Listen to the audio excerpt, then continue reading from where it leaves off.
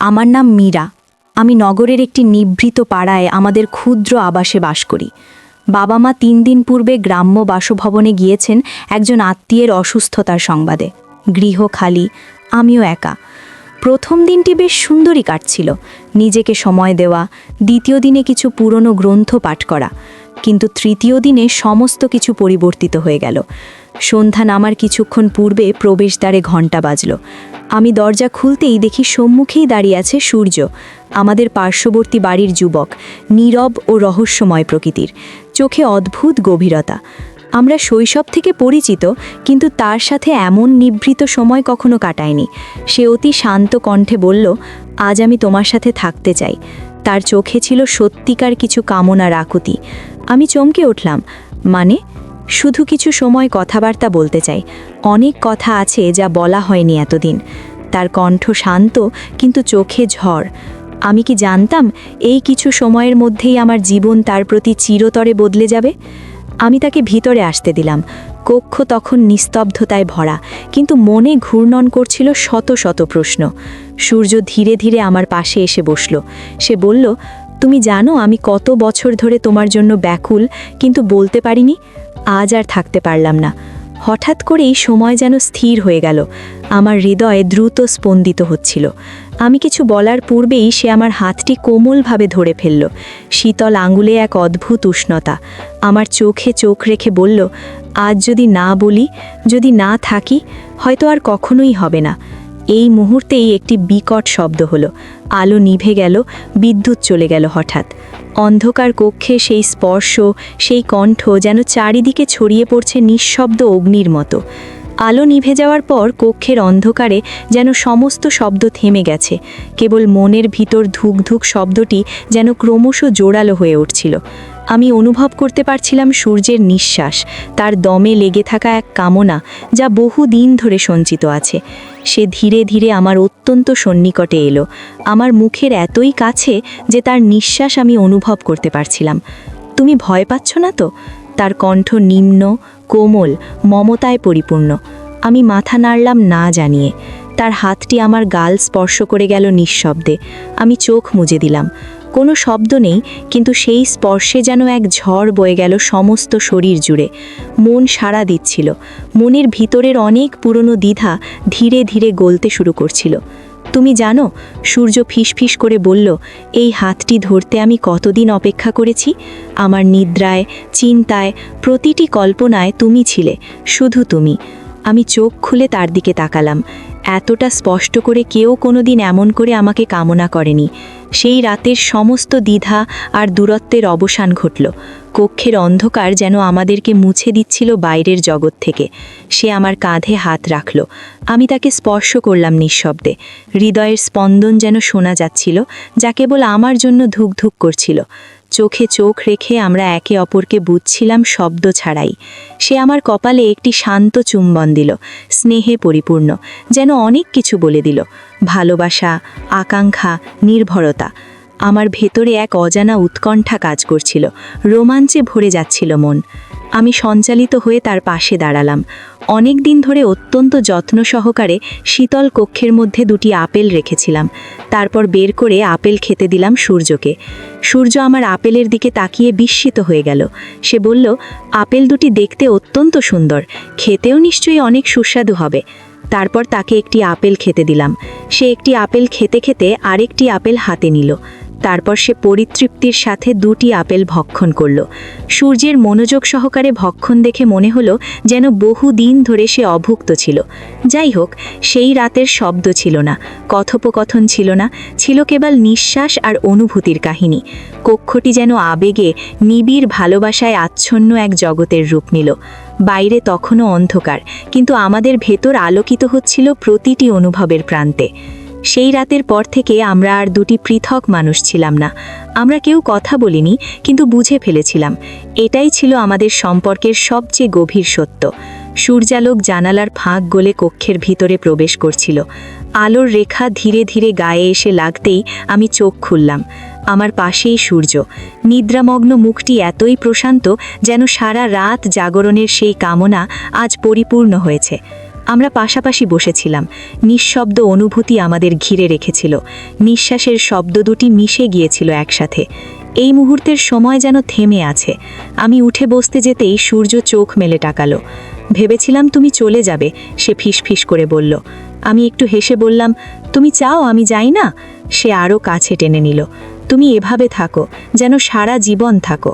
তার উচ্ছ্বসিত ভালোবাসা আমাকে আবার অভিভূত করল। কিন্তু এর কিছুদিন পরেই শুরু হলো এক অজানা অস্বস্তি।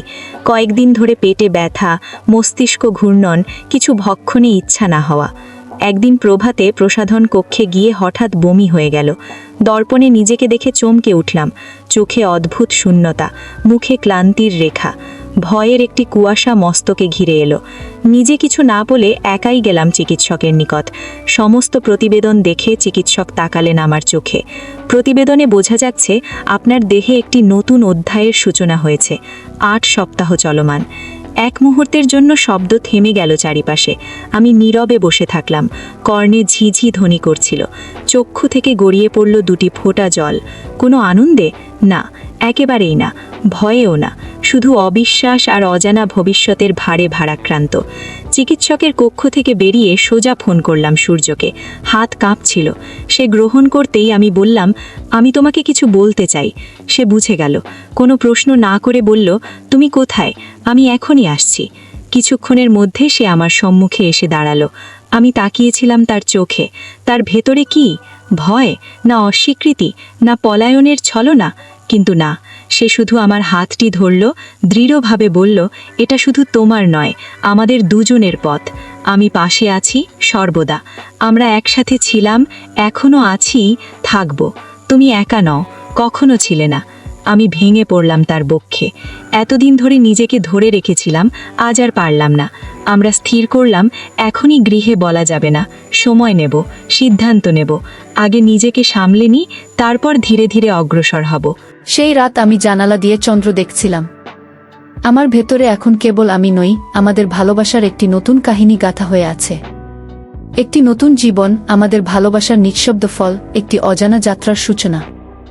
আমাদের প্রেম হয়তো গোপন ছিল, হয়তো সমাজের দৃষ্টিতে অনুচিত, কিন্তু এই শিশুটি একটি নিঃশব্দ ভালোবাসার প্রতিবিম্ব। এখন জীবন আর পূর্বের মতো নয়। আমি কেবল এক কন্যা নই, আমি একজন মাতা হতে চলেছি। এর কিছুদিন পরেই একদিন ফোন বেজে উঠল। আমি ত্বরিতভাবে উঠে পার্শ্ববর্তী টেবিল থেকে ফোনটি হাতে নিলাম। পর্দায় ভেসে উঠল মায়ের নাম। আমার বুকের ভিতর এক ঝাঁকুনি। আমাদের চোখে একসাথে একই অনুভূতি, চমকে ওঠা বাস্তবতা। আমি ফোন ধরলাম। হ্যাঁ মা, কেমন আছো? মায়ের কণ্ঠে স্বাভাবিক স্নেহ, কিন্তু তাতে আজ একটি ভিন্ন বার্তা। শুন, আমরা একটু পূর্বেই যাত্রা করেছি। তোমার বাবার জরুরি কাজ বাতিল হয়ে গেছে, তাই আজই ফিরছি। জানে উঠেছি, পৌঁছতে 2 ঘন্টা লাগবে। আমার মুখ শুষ্ক হয়ে গেল। আমি একটি কৃত্রিম হাসি দিয়ে বললাম, এই তো ভালো, আমি থাকব। ফোন কেটে দিতেই আমি নীরবে বসে পড়লাম। কি বলল? সূর্য জানতে চাইল। আমি ধীরে বললাম, 2 ঘন্টার মধ্যে মা বাবা গৃহে আসছেন। এক মুহূর্তের নীরবতা। তারপর দুজন একসাথে উঠে পড়লাম। শয্যার চাদর ঠিক করা, কক্ষের বাতাসে ছড়িয়ে থাকা গন্ধ দূর করা, প্রসাধন কক্ষে যাওয়া, কফির পাত্র ধৌত করা, সব যেন এক যুদ্ধের মতো অনুভূত হচ্ছিল। সূর্য মুচকি হেসে বলল, তোমার বাবা মা ফিরলে এমন অসম্ভব অভিযান হয় বুঝি? আমি ধমক দিয়ে বললাম, মজা করো না। ধরা পড়লে আমাদের ভবিষ্যৎ নিয়েই প্রশ্ন উঠে যাবে। সে আমার হাত ধরে বলল, ভবিষ্যৎ তো আমরা একসাথেই ভাবছি, তাই না? আমি চোখে চোখ রাখলাম। এক মুহূর্তের জন্য সমস্ত ভয়, সমস্ত চাপ থেমে গেল। কিন্তু আবার বাস্তবতা টান দিল। আমি তাকে বললাম, তুমি এখনই যাও, বাহিরের দরজা দিয়ে নয়, পশ্চাৎভাগের দরজা দিয়ে প্রস্থান করো। সে বলল, এই প্রথম বেরিয়ে যেতে বলছো আমাকে? এটাই শুরু। সূর্য, ভালোবাসা মানেই সবসময় একসাথে থাকা নয়, কখনো লুকিয়েও আগলে রাখতে হয়। সূর্য যাওয়ার পূর্বে আমার হাতে একটি কোমল চুম্বন দিল। আমি ফিরে আসব, বারবার আসব, কারণ এই গৃহেই আমি আমার সত্যিকারের ভালোবাসা খুঁজে পেয়েছি।